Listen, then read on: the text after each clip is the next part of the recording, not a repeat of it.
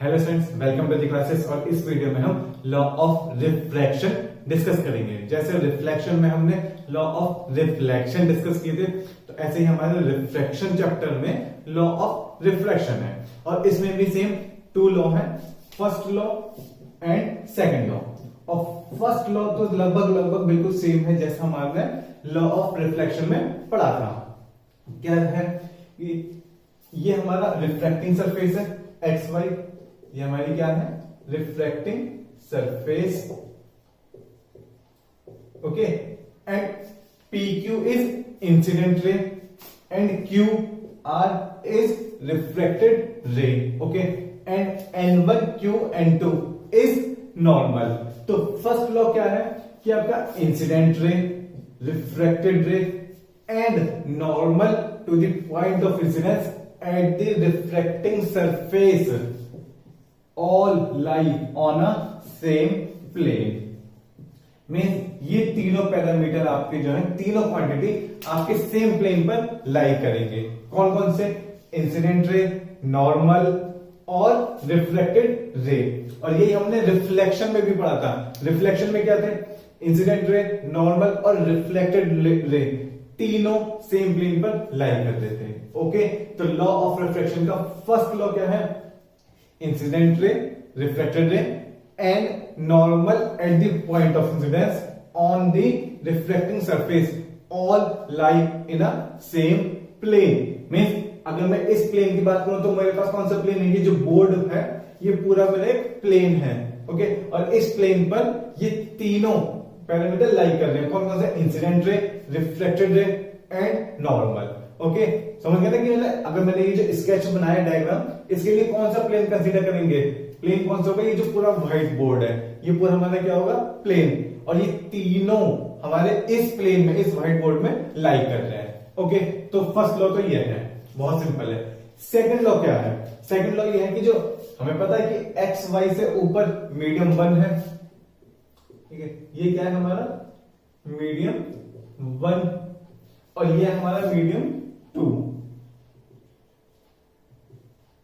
तो मीडियम 1 और मीडियम 2 के जो एंगल बन रहे हैं, मीडियम 1 और मीडियम 2 में जो एंगल बन रहे हैं, उनका रेशियो फाइंड आउट किया गया। कौन कौन से एंगल बन रहे हैं? मीडियम 1 में बन रहा है इंसिडेंस एंगल, और मीडियम 2 में कौन सा बन रहा है? Reflected angle, okay. जैसे मीडियम 1 हमारा कुछ भी हो सकता है, एयर हो सकता है, मीडियम 2 हमारा वाटर हो सकता है, मीडियम 1 वाटर हो सकता है, मीडियम 2 एयर हो सकता है। मतलब कोई से भी मीडियम हो सकता है, एयर, वाटर, ग्लास, ओके। कोई भी ऑयल हो सकता है।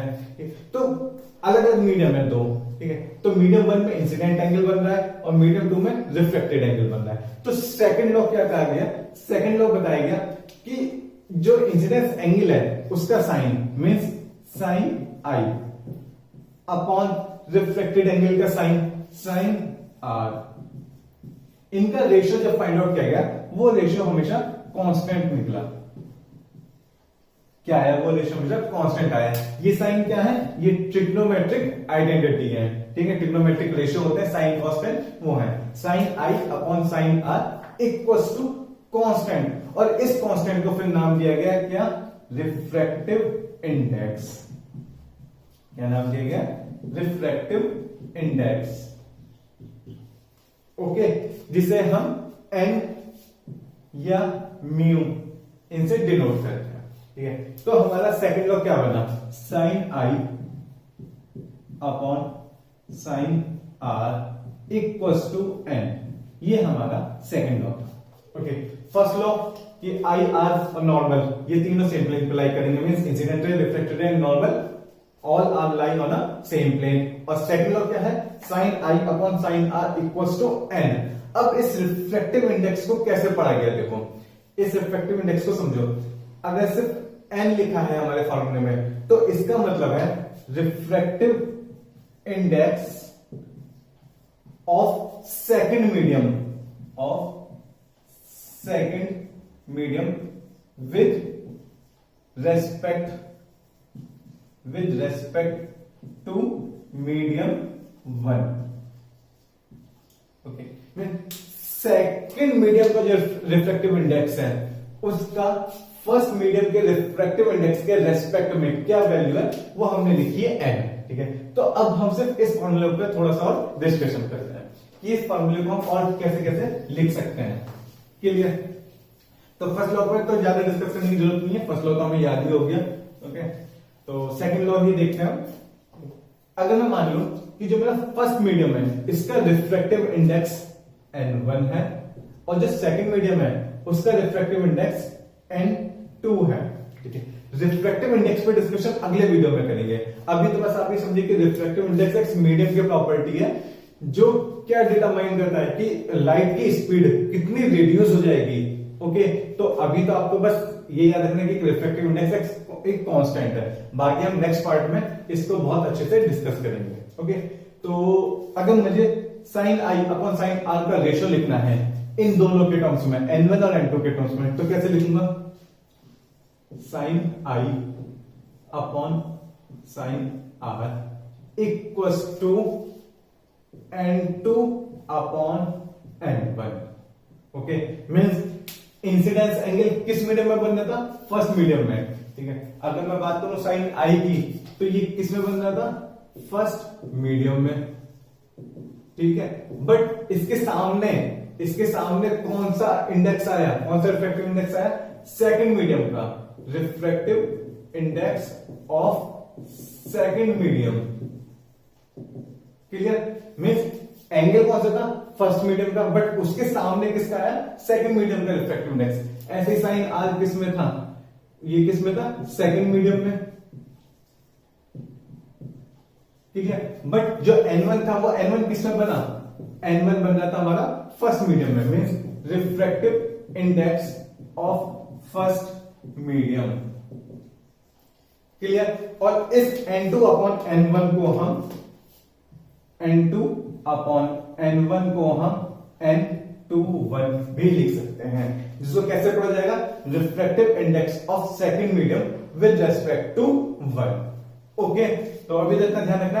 अब दोबारा से हम इस फॉर्मूले पे आते हैं कि इस फॉर्मूले से ये फॉर्मूला कैसे बन सकता है। क्लियर? तो ये नीचे वाला भी तो हम दोबारा साफ कर देते हैं।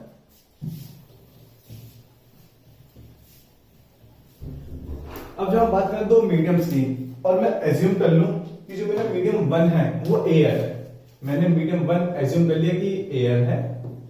ओके, और जो सेकंड मीडियम है ये कोई भी ऑयल हो सकता है या वाटर कंसीडर कर सकते हो। ओके, या कोई भी और का ग्लास कंसीडर कर सकते हो। ठीक है, जिसका रिफ्रैक्टिव इंडेक्स n2 है।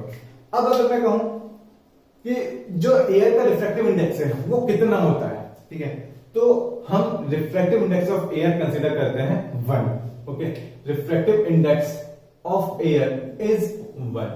एक्यूरेट वैल्यू तो 1.003 होती है, बट वो वैल्यू 0.003 छोटी होती है, उसे नेगलेक्ट करके हम सिर्फ 1 एज्यूम कर लेते हैं। तो रिफ्रैक्टिव इंडेक्स ऑफ एयर कितना होता है? 1 होता है। क्लियर? तो n1 की जगह मैं 1 लिख सकता हूं। ठीक है, sine I upon sine R equals to n2 और n1 की वैल्यू कितनी होगी? 1। मींस ये कितना आएगा? n2 upon 1। और अगर मैं सिर्फ ये कह दूं कि सेकंड मीडियम का रिफ्रैक्टिव इंडेक्स n है, इसका रिफ्रैक्टिव इंडेक्स n है, तो मैं इस फॉर्मूले को कैसे लिख सकता हूं? Sine I upon sine R equals to n। ये मेरा फॉर्मूला आ गया। क्लियर? बट ये ध्यान रखना कि इस फॉर्मूले में ये n क्या है? n refractive index of second medium with respect to air है। क्लियर? अगर 1 अपॉन में 1 है ना इसमें, ठीक है, ये अपॉन 1 है। अपॉन 1 का क्या मतलब है कि यहां पर रिफ्रैक्टिव इंडेक्स ऑफ एयर कितना है? 1 है। तो इसलिए मैं कह रहा हूं sine I upon sine R equals to refractive index of second medium with respect to air. अगर विद रेस्पेक्ट टू एयर नहीं होता तब ये फॉर्मूला यूज करेंगे हम, sine I upon sine R equals to n2 upon n1। कैसे? इसका भी एग्जांपल समझ लेते हैं कि जैसे ये आपका एक मीडियम था वाटर, ठीक है, और उसके नीचे है ग्लास। ठीक है, ये एक रिफ्रैक्टिव सरफेस है। क्लियर? ऊपर से कहीं से रे आई, ये पड़ी और इधर से जाकर ये हो गई। ठीक है, ये हमारा एंगल आई, ये हमारा एंगल आर। क्लियर? अब इस केस में एयर नहीं है तो वाटर का भी कुछ ना कुछ रिफ्रैक्टिव इंडेक्स होगा और ग्लास का भी होगा। तो हमने कह दिया कि इसका रिफ्रैक्टिव इंडेक्स n1 और इसका रिफ्रैक्टिव इंडेक्स n2 है। तो मैं फॉर्मूला क्या लिखूंगा? साइन आई अपॉन साइन आर। तो साइन आई के सामने कौन सा आएगा, आई यहां बन रहा है, तो इसके सामने रिफ्लेक्टिव इंडेक्स कौन सा आएगा, दूसरा वाला मीन्स n2, और इसके सामने कौन सा आएगा, आर के सामने ये वाला n1 वाला, मतलब फर्स्ट मीडियम वाला। तो मतलब मैं ये फार्मूला ऐसे यूज करूंगा, ठीक है। अब इसमें आपको 3 वैल्यूज गिवन होंगी, जैसे साइन आई इंसिडेंस एंगल क्या देगा कि 30 डिग्री या 45 डिग्री पर लाइट रे इंसिडेंट हो रही है, रिफ्रैक्टिव इंडेक्स दे देगा और पूछ लेगा कि रिफ्लेक्टेड रे जो एग्जिट हो रही है वो कितना एंगल बनाएगी नॉर्मल के साथ, तो आप ये वैल्यूज कैलकुलेट करके इजीली बता दोगे। क्लियर। तो ये थे हमारे लॉ ऑफ रिफ्लेक्शन। अभी इसमें एक मेन पॉइंट और बचा है, क्या, इसी फार्मूले से, ये फार्मूला बहुत इंपॉर्टेंट है, ठीक है। ये आपको समझ में आ गया होगा कि ये दो फार्मूले को हमने एक सिंगल फार्मूले में रिड्यूस भी कर लिया, बट उसकी कंडीशन है sine I upon sine are equal to N है, तो वो एन सेकंड मीडियम का रिफ्रैक्टिव इंडेक्स है with respect to air, with respect to air. और क्या कंडीशन है कि वो इंसिडेंट रे एयर से दूसरे मीडियम में जा रही है। क्लियर। मैं क्या कह रहा हूं कि ऊपर एयर है और नीचे कोई भी और मीडियम है, अब वो मीडियम कुछ भी हो सकता है, ग्लास भी, वाटर भी, मीडियम 2 है, कोई सा भी मीडियम है। क्लियर। अब अगर रे सेकंड मीडियम से गई, ठीक है, और एयर में चली गई, सेकंड मीडियम से, ध्यान रखना इस मीडियम से इस बार एयर में जा रही है, ओके, तो आपका इंसिडेंस एंगल कौन सा बनेगा, अब बताओ, इसमें सोचो इंसिडेंस एंगल कौन सा बनेगा, इंसिडेंस एंगल बनेगा ये, और रिफ्लेक्टेड एंगल बनेगा ये। क्लियर। अब इसके लिए लिखो साइन आई अपॉन साइन आर कितना होगा, तो sine I upon sine are equal to sine आई के सामने कौन सा रिफ्रैक्टिव इंडेक्स आएगा, दूसरे, मतलब इसके दूसरे जो इसके अपोजिट वाला मीडियम होगा उसका, तो साइन आई है और इधर क्या है एयर, तो एयर का रिफ्रैक्टिव इंडेक्स, और एयर का रिफ्रैक्टिव इंडेक्स कितना होता है 1, और साइन आर, आर के सामने क्या आएगा, इधर वाले मीडियम का रिफ्रैक्टिव इंडेक्स, और इसका जब हम एज्यूम कर लें कि n है तो 1 अपॉन n, तो यही फार्मूला हमारा क्या बन गया, sine I upon sine are equal to 1 by n। But जो हमने पहले फार्मूला लिखा था इस तरीके से, वो हमने क्या लिखा था कि ये एयर है और ये वाटर या कोई भी और मीडियम है जिसका रिफ्रैक्टिव इंडेक्स n है, तो ये और ये I बना, ये R बना, ठीक है। जब रे, लाइट रे एयर से किसी और मीडियम में जाएगी तब फार्मूला क्या लिखोगे, तब फार्मूला लिखेंगे sine I upon sine are equal to n, जो हमने पहले पढ़ा था। क्लियर।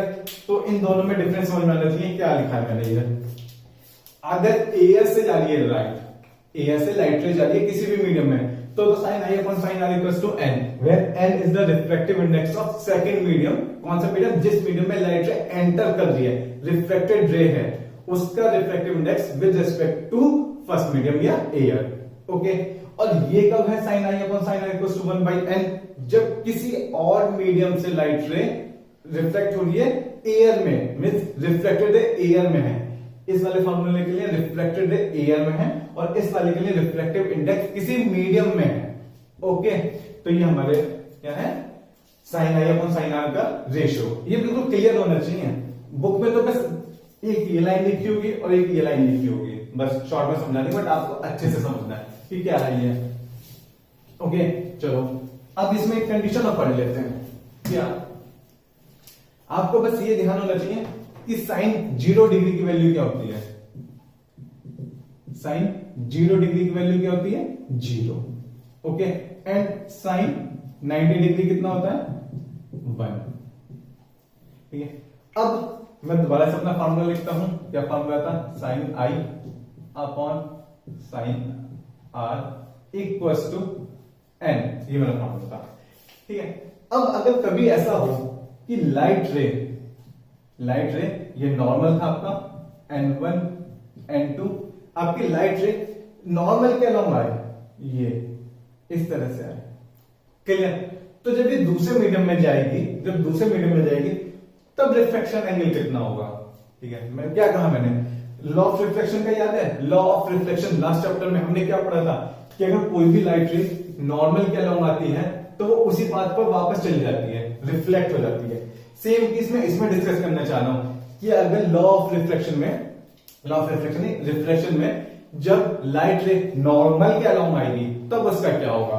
अब इस केस में इंसिडेंस एंगल कितना हो गया, इंसिडेंस एंगल कितना हो गया, I इक्वल्स टू 0। क्यों हो गया, क्यों हो गया, देखो ये नॉर्मल था, ये इंसिडेंट एंगल था, मतलब इनके बीच में इंसिडेंस एंगल बन रहा था। अब अगर मैं इसे ऐसे करते जाऊं इसके ऊपर ओवरलैप कर दूं तो क्या होगा, एंगल डिक्रीज होता जाएगा ना, और जब ये दोनों एक दूसरे के ऊपर ओवरलैप हो जाएंगे तो एंगल कितना हो गया, 0 डिग्री। और अगर मैं इसे वापस ऐसे करते जाऊं, डाइवर्स करते जाऊं, तो एंगल इंक्रीज होता जाएगा और ये कितना हो गया, 90 डिग्री। ठीक है, मींस इंसिडेंस एंगल को मैं डिक्रीज करता गया नॉर्मल के ऊपर ले गया तो एंगल आई कितना हो गया, 0।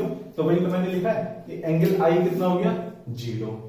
ठीक है, अब एंगल आर कितना होगा वो निकाल लेते हैं। तो कैसे निकालेंगे, sine I equals to sine R, और इसके नीचे में ले जाओ एन, एन को इधर लेके साइन आर को इधर लेके क्रॉस मल्टीप्लाई कर दी, साइन 0, क्योंकि साइन आई की वैल्यू कितनी है, एंगल आई की वैल्यू 0 डिग्री, तो sine 0 degree upon N equals to sine R, और साइन 0 की वैल्यू कितनी होती है, 0, 0 upon N 0 equals to sine R. तो आर कितना आ गया, यहां से आर आ जाएगा 0 डिग्री।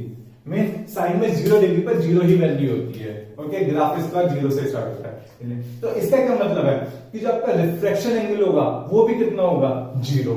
मींस जो ये लाइट रे नॉर्मल के अलोंग आएगी, इसी नॉर्मल के अलोंग ये आगे बढ़ जाएगी। क्लियर, इतना है। देखो ना, ये रिफ्रैक्शन एंगल था ये वाला, तो ये डिक्रीज कैसे होगा, 0 कैसे होगा, जब ये रेड वाली लाइन इस ब्लैक कलर के ऊपर ओवरलैप हो जाएगी तो वो 0 डिग्री हो जाएगा। मींस नॉर्मल के अलोंग आई और नॉर्मल के अलोंग ही चली गई। तो सर इसका क्या होगा, देखो इसमें लाइट रे बेंड नहीं हुई, बट फिर भी रिफ्रैक्शन हम इसे कहेंगे।